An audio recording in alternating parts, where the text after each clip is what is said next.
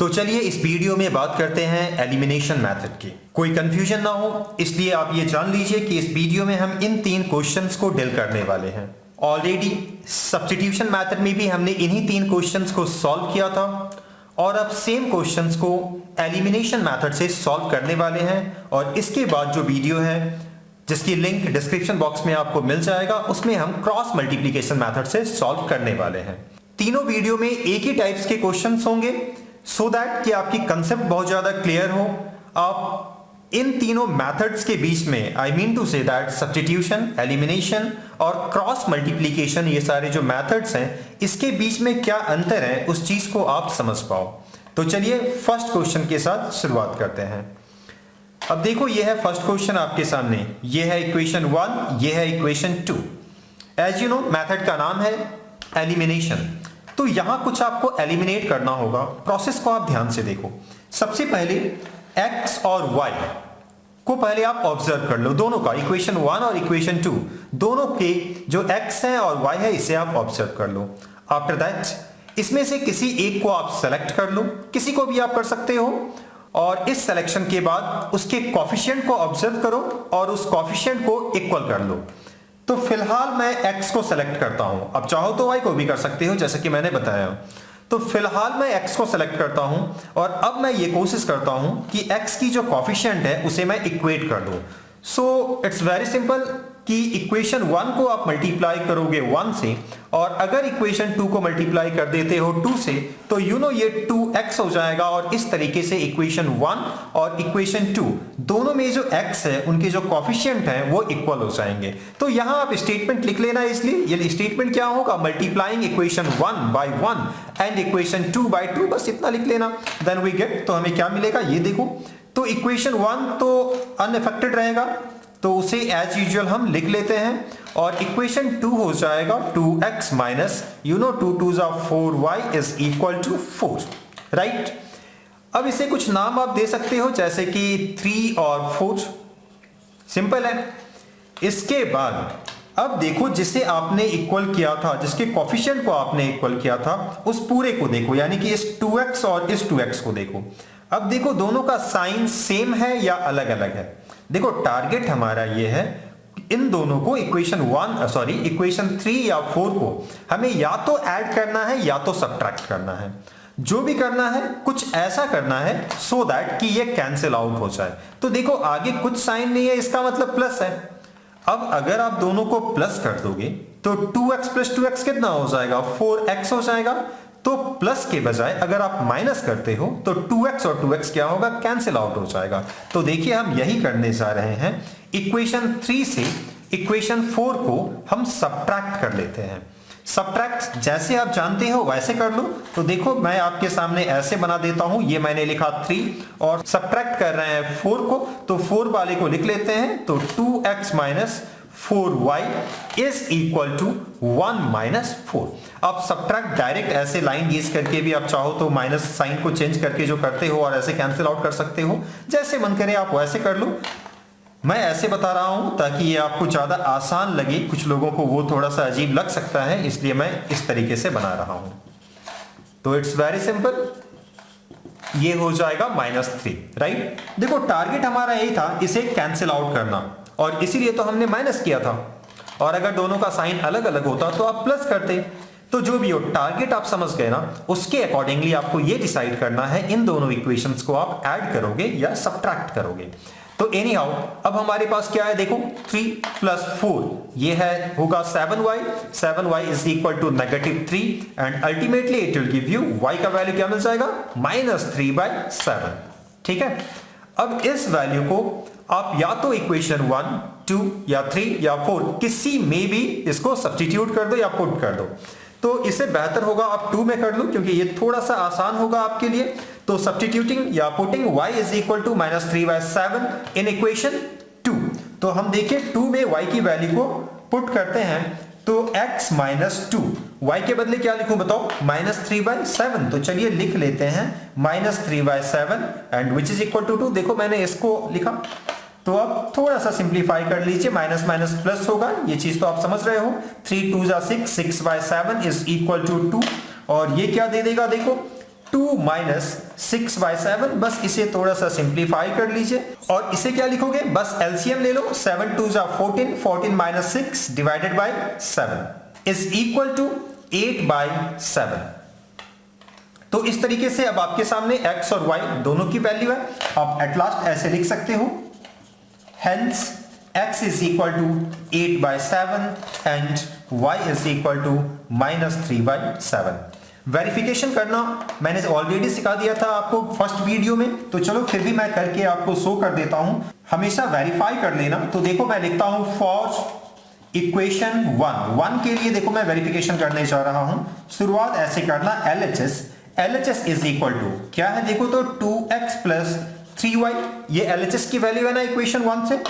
अब आराम से इसमें x और y का वैल्यू सब्स्टिट्यूट कर दो। 2 इंटू एक्स की वैल्यू कितनी है, 8/7 प्लस 3 इंटू वाई की वैल्यू कितनी है बताइए, ये है -3/7। अब इसे आराम से सिंप्लीफाई कर लीजिए, देखिए कितना है 16/7 माइनस 9/7। इसे एलसीएम ले लो और एलसीएम लेने के बाद आप देख सकते हो कितना हो जाएगा 7/7 और ये अल्टीमेटली आपको देगा 1 which is equal to RHS। इसे चेक कर लेना, ये वैल्यू आना चाहिए। अगर नहीं आता है तो आपने कहीं ना कहीं कुछ गलत किया है, आपको रीचेक करना होगा। और अगर ये 1 आ जाता है तो आप समझो आपने सही बनाया है। लेकिन ये सेम काम इक्वेशन 2 के लिए भी कर लेना। अगर सिर्फ 1 के लिए करते हो तो इसे कहा जा सकता है कि ये पार्शियल वेरिफिकेशन हुआ, यानी कि आधा वेरिफिकेशन हुआ। और अगर 2 के लिए भी कर लोगे तो ये कंप्लीट वेरिफिकेशन कहलाएगा। So that's all about this question. अब चलिए बनाते हैं क्वेश्चन नंबर 2। तो ये है क्वेश्चन नंबर 2। अब देखिए इसे आप कैसे बनाओगे। सबसे पहले आप चाहो तो इन डेसिमल्स को आप हटा सकते हो या फिर इसके साथ भी कंटिन्यू कर सकते हो। मैं फिलहाल दोनों को 10 से मल्टीप्लाई करके पहले तो डेसिमल का ही झंझट हटा लेता हूं। So multiplying equation 1 and 2 both with 10 से मल्टीप्लाई कर लेते हैं। तो 10 से मल्टीप्लाई करते ही देखो आपके सामने क्या होगा, 2x plus 3y is equal to 2 और इक्वेशन 2 जो है ये कन्वर्ट हो जाएगा इस रूप में 4x minus 5y is equal to 1। अब जैसा आपने पहले काम किया था वैसा ही कुछ कर लो। अब इसके लिए क्या करोगे बताओ, किसी एक की कोफिशिएंट को सेम कर लो। तो चलिए थोड़ा सा अलग करते हैं। पहले देखो पिछले वाले क्वेश्चन में हमने x की कोफिशिएंट को इक्वेट किया था, बट इस बार ऐसा करते हैं इसकी कोफिशिएंट को इक्वल बनाते हैं। तो ऐसा करने के लिए इक्वेशन 1 को आप 5 से मल्टीप्लाई कर लोगे और इक्वेशन 2 को 3 से मल्टीप्लाई कर लोगे। तो देखो on multiplying equation 3 by 5 and equation 4 by 3 we get, हमें क्या मिलेगा ये देखो 5 2 जा 10, 10x। आप बस इसको मल्टीप्लाई कर लो प्लस 5 3 जा 15y इज इक्वल टू 5 2 जा 10। और जब इस इक्वेशन 4 को 3 से मल्टीप्लाई करोगे तो इसलिए आप मल्टीप्लाई कर लो 4 3 जा 12 x माइनस 5 3 जा 15 y इज इक्वल टू 3 1 जा 3। ठीक है, आप कुछ चाहो तो नाम दे सकते हो, 5 और 6 दे दो या a और b दे दो, कुछ भी दे सकते हो। अब देखो आप y की जो कोफिशिएंट है इसे आपने इक्वल कर दिया। साथ ही साथ आप ये देख पा रहे हो अनलाइक लास्ट क्वेश्चन इस बार क्या है, जो ये दोनों साइन है ये दोनों अलग अलग है, इसलिए आप क्या करोगे इसे सब्ट्रैक्ट करने के बजाय ऐड करोगे आप। तो देखो लास्ट क्वेश्चन में हमने ऐसे ऐड किया था, बट इस बार देखो हम ऐसे ऐड कर लेते हैं ताकि आप ये भी सीख लो। तो आप स्टेटमेंट लिख सकते हो एडिंग इक्वेशन, जो भी आपने नाम दिया है एडिंग इक्वेशंस 5 एंड 6 या a एंड b जो भी नाम दिया है आप ये लिख लेना। ठीक है, अब देखो मैं इसे ऐड कर लेता हूं। जैसे ही आप ऐड करोगे ये देखो कैंसिल आउट हो जाएगा और अब बचेगा ये। तो बताओ 10 और 12 कितना होगा, तो ऑब्वियसली 22x हो जाएगा इज इक्वल टू 10 प्लस 3 13 हो जाएगा। ठीक है, और ये आपको दे देगा फाइनली x का वैल्यू 13/22। ठीक है, तो देखो आगे बढ़ने से पहले थोड़ा मैं यहां बता देना चाहूंगा कि लास्ट क्वेश्चन में कैसे हमने किया था। अगर इसे ऐड करना हो तो आप ऐसे ऐड कर सकते हो जो ऑलरेडी हमने लास्ट क्वेश्चन में किया था, बट वहां सब्ट्रैक्ट करना था। यहां हम क्या कर रहे हैं, ऐड कर रहे हैं। ठीक है, इज इक्वल टू 10 माइनस 3। ठीक है, प्लस लिखना है, ये ऐड कर रहे हो ना तो प्लस लिखोगे आप। तो देखो ये दोनों कैंसिल आउट हो गया, तो इस तरीके से क्या 10x plus 12x is equal to 22x और ये इक्वल टू क्या देगा आपको, देखो 10 प्लस 3 13 और यहां से भी आप निकाल सकते हो 13/22। तो जो ठीक लगे आप वैसा कर लेना। मैंने दोनों दिखा दिया कि कुछ लोगों को ये थोड़ा सा अजीब लग सकता है, बट इसमें अजीब तो खैर ऐसा कुछ है नहीं। खैर जो भी हो, मैंने दोनों बता दिया।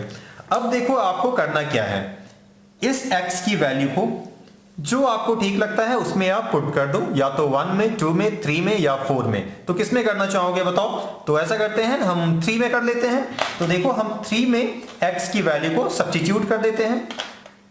तो 2 into 13/22 plus 3y is equal to 2। अब बस इसे सिंप्लीफाई कर लो, 2 1 जा 2 11 जा, यू नो वेरी वेल। तो देखो 3y इज इक्वल टू 2, इसे जब उस तरफ ट्रांसपोज करोगे तो ये हो जाएगा -13/11। तो अल्टीमेटली फिर से एक बार लिख लो, 3y is equal to 22 minus 13/11। अब दोनों को जब सब्ट्रैक्ट करोगे तो ये आपको देगा 9/11, और y का वैल्यू क्या मिल जाएगा बताओ? 1/3। ये 3 को आप इस तरफ लेकर के आ गए, और ये 9/11 एज यूजुअल हो जाएगा, और ये अल्टीमेटली आपको देगा 3 3 से 9, सो 3/11। ये किसका वैल्यू है? ये y का वैल्यू है। इस तरीके से आपके सामने अब रहा x और y का वैल्यू। तो आप यहां लिख देना, hence x is equal to 13/22 and y is equal to 3/11। और एज यूजुअल वेरिफिकेशन आप कर लेना दोनों इक्वेशंस के लिए, 1 और 2 के लिए या फिर 3 और 4 के लिए। चारों के लिए करने की जरूरत नहीं है, 1 और 2 के लिए कर लो, ये ज्यादा बेहतर होगा आपका। ठीक है, अगर आप 3 और 4 के लिए वेरिफिकेशन करोगे तो इसके बाद आप सही बनाए हो कि नहीं ये आपको मालूम चलेगा। ये मालूम नहीं चलेगा कि इससे स्टेप में आते आते आपने कुछ गलती तो नहीं किया। और अगर आप 1 और 2 के साथ वेरिफिकेशन करोगे तो पूरा शुरू से लेकर के अंत तक के लिए वो वेरिफिकेशन होगा। आई होप इस चीज को आप समझ पाए होंगे। तो चलिए, ये था क्वेश्चन नंबर 2। अब बनाते हैं इस वीडियो का आखिरी क्वेश्चन, क्वेश्चन नंबर 3। तो चलिए ये देखिए, ये है क्वेश्चन नंबर 3। अब इसे सॉल्व करते हैं। पहले तो इस क्वेश्चन को आप समझ लो। ये देखो, ये x है और इसकी कॉफिशिएंट कुछ नहीं, इसका मतलब 1 है, +1 है, बेहतर ये बोलो आप। y की कॉफिशिएंट कितनी है? अगेन ये +1 है। आपको ये मालूम होगा जो जनरल फॉर्म होता है लीनियर इक्वेशन इन 2 वेरिएबल की, वो ये होती है ax plus by plus c is equal to 0। तो आप देख सकते हो a की वैल्यू अगर कंपेयर करो तो यहां 1 होगा, b की वैल्यू कितनी है? ये होगी 1 + 1। c की वैल्यू कितनी? ये होगी a + b, और अगर इसे इस तरफ ट्रांसपोज कर दोगे तो ऑब्वियसली -a और -b होगी। तो ध्यान देने वाली बात है, ये पूरा c होगा। ठीक है, उसी तरीके से यहां तो a की वैल्यू खुद a ही है, और b की तरह कौन एक्ट कर रहा है? -b, और ये पूरा c। अब अगर इस तरफ लेके आओगे तो ऑब्वियसली दोनों के साइन चेंज हो जाएंगे। तो ठीक है, ये मैंने कंपेयर करना बताया। अब इसे आप सॉल्व करने वाले हो, यूज करने वाले हो मेथड एलिमिनेशन। तो यू नो एलिमिनेशन के लिए आप क्या करते हो? x और y दोनों में से किसी एक को आप ऑब्जर्व करते हो और उसकी कॉफिशिएंट को फिर इक्वल करते हो। तो आप देखो और मुझे बताओ, इन 2 क्वेश्चंस को बनाने के बाद, जो 2 क्वेश्चन हमने ऑलरेडी बनाया, उन 2 क्वेश्चंस को बनाने के बाद आपको क्या लगता है? इस क्वेश्चन में हमें x की कॉफिशिएंट इक्वल करनी चाहिए या y की? आई होप आपका आंसर भी y ही होगा। देखो, अगर आप x की कॉफिशिएंट को इक्वेट करोगे तो आप a से मल्टीप्लाई करोगे, इसमें कोई प्रॉब्लम नहीं है। बट उसके बाद वाले स्टेप में आपको दोनों को सब्ट्रैक्ट करना होगा, और ऐसा मानना है कि एडिशन कहीं ना कहीं थोड़ा आसान है एज कंपेयर टू सब्ट्रैक्शन। और मैं ऐसा इसलिए बोल रहा हूं, अगर इसके कॉफिशिएंट को आप इक्वेट करोगे तो आप देखो आपको सिंपली ऐड करना होगा, क्योंकि साइन तो ऑलरेडी अलग है इसके। तो ऐसा करने के लिए मैं करता हूं इक्वेशन 1 को मल्टीप्लाई b से, और इक्वेशन 2 को मैं सिंपली किसी से मल्टीप्लाई नहीं करता हूं, तो 1 लिखा जा सकता है, आप चाहो तो उसे इग्नोर भी कर सकते हो। तो एनी हाउ b से मैं मल्टीप्लाई करता हूं और देखो मुझे क्या मिलता है। मुझे मिल रहा है bx plus by is equal to ab plus b square. It's very simple, और ये तो यू नो एज यूजुअल रह जाएगा क्योंकि मैंने कुछ किया ही नहीं उसमें, या फिर हार्डली मैंने 1 से मल्टीप्लाई किया। तो आफ्टर, तो यू नो 1 से मल्टीप्लाई करने के बाद कोई प्रॉब्लम या कोई चेंजेस नहीं आते हैं। तो चलिए मैं इसका नाम दे देता हूं 3 और इसका नाम देता हूं 4। ठीक है, अब क्या करोगे आप? इन दोनों इक्वेशंस को सिंपली आप ऐड कर दोगे। आप समझ पा रहे हो ना? अगर x को इक्वेट किए होते तो आपको सब्ट्रैक्ट करना होता और बिना मतलब का साइन चेंज करना होता, और क्या पता अनजाने में कुछ गलती हो जाए। तो बेहतर है आप इसे ऐड कर लो। और देखो मैं ऐड करके शो कर देता हूं। जैसे ही ऐड करूंगा तो ये दोनों देखो कट जाएगा क्या, और इसे जब ऐड करोगे तो ऐड करके क्या लिख सकते हो, a प्लस बी, आप x लिख सकते हो, और आप या फिर x को आप बाहर भी निकाल सकते हो। और इन चारों को आप एज यूजुअल लिख लो। तो देखो मैं लिखता हूं a b plus b square plus a square minus b square. Addition का मतलब क्या है, जो जिसके साइन है उसे आप एज यूजुअल लिख दो, ठीक है। तो ये माइनस ऑब्वियसली आपको लिखना ही होगा। और इसके साथ आपको फायदा क्या हुआ, एक और फायदा हुआ ना, ये ध्यान देना, इसे आप यहां भी काट सकते थे, कोई प्रॉब्लम वाली बात नहीं थी, और यहां भी काट सकते हो। अब आपके पास है a plus B X is equal to, इन दोनों से आप a को कॉमन ले लो, और जैसे ही a कॉमन लोगे आपके पास बचेगा b प्लस a। जब आप इसको डिवाइड दोगे तो ये हो जाएगा b plus a whole divided by b plus a। I hope ये बात समझ में आ गई होगी आपको। इसे आप कैंसिल आउट कर दोगे and ultimately it will give you the value of x as a, right. अब देखो आपके सामने x की वैल्यू है, इसे आप सब्स्टिट्यूट कर दो, या तो 1 में या तो 2 में या फिर 3 और 4 में, किसी में भी पुट कर दो।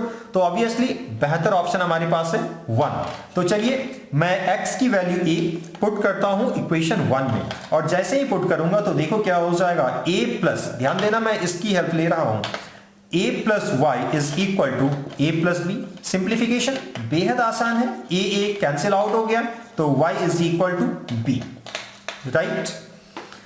इस तरीके से आपने आंसर फाइंड किया। Hence, x is equal to a and y is equal to b।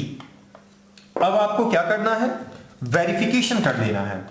तो फॉर इक्वेशन 1 के लिए यहां लिख लेना वेरिफिकेशन। तो इक्वेशन 1 के लिए वेरिफिकेशन क्या रहेगा, LHS is equal to x plus y, और x की वैल्यू कितनी है a ना, और y की वैल्यू b, और which is equal to RHS। तो इस तरीके से आपने वेरिफिकेशन किया। तो इक्वेशन 1 के लिए ये था, उसी तरीके से आप इक्वेशन 2 के लिए भी ये काम कर सकते हो। चलिए मैं एक बार इसे करके दिखा ही देता हूं। फॉर इक्वेशन 2 क्या होगा, LHS is equal to AX, तो x के बदले क्या लिख दूं, a लिख दूं क्या, x के बदले a लिख देता हूं, प्लस सॉरी माइनस, इसको मैं देख के लिख रहा हूं, राइट। b, y के बदले फिर से एक बार b इज इक्वल टू, ये हो जाएगा a square minus b square, और क्या यही था RHS। तो LHS और RHS को आपने इक्वल शो कर दिया। इस तरीके से ये पूरा वेरीफाई हो गया। तो अब हम श्योर ये बोल सकते हैं कि हमने जो बनाया वो बिल्कुल सही बनाया। तो चलिए इस तरीके से इन तीनों क्वेश्चंस को हमने सॉल्व किया। So that's all about this video. मिलते हैं किसी और वीडियो में। Thank you.